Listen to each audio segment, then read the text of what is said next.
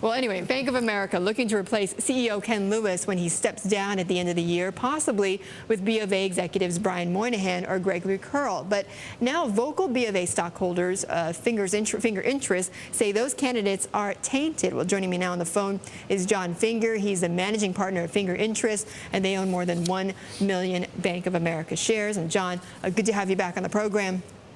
Good morning. Okay, so we read some of the articles and the reports and the comments you made about these two being tainted. However, the argument against that, of course, is always that they have a breadth of experience and knowledge, and that they may be the only ones out there at this point who can lead Bank of America. You know, I don't think that's a reasonable argument. I think the board needs to take a hard look at the track record of the current management team and understand that these are the same senior managers that were there, that all the actions that have resulted in 5 different investigations. You know, I think there needs to be a change in the existing management. I don't think they're credible, and I'm not sure the board can be certain that neither of these individuals will be charged with anything as a result of the current investigations. And from what from your own sources or people you talk to, do you have any indications that they could be? No, listen, I don't have any sources other than the media. But, you know, if you take a look at their management positions, you have to assume that they were involved in a lot of the high-level decisions that occurred. You know, Greg Curl was in charge of, according to press reports, of negotiating the Merrill Lynch merger. And so clearly he would have been knowledgeable about the bonuses and would have been involved in the decision not to disclose those bonuses. Brian Moynihan was very high level. He was a confidant of Ken Lewis and of the lead director, Temple Sloan. You have to assume that certainly he had knowledge of some of the high-level decisions.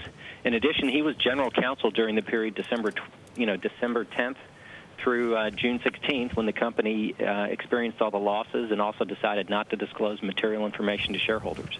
John, let's say it is an outsider. At what point can that individual make a difference in what is such a unique situation in Bank of America? How long until someone can actually get their hands on this and make a difference, because there's so much that still has to take place here?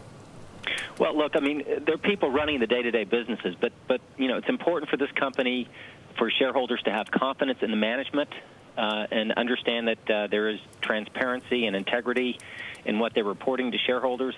In addition, it's important for this company to move past all the investigations and have a CEO and a management team that's not weighted down with all the investigations. It's also important that this company be seen as past the investigations and past all of this, so that they can start to attract top talent.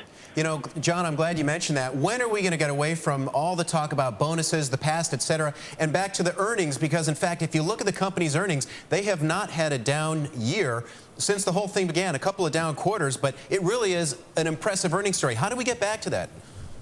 You know, I would like for the board to focus on putting the investigations behind the company, and I think the board could be more aggressive in doing that.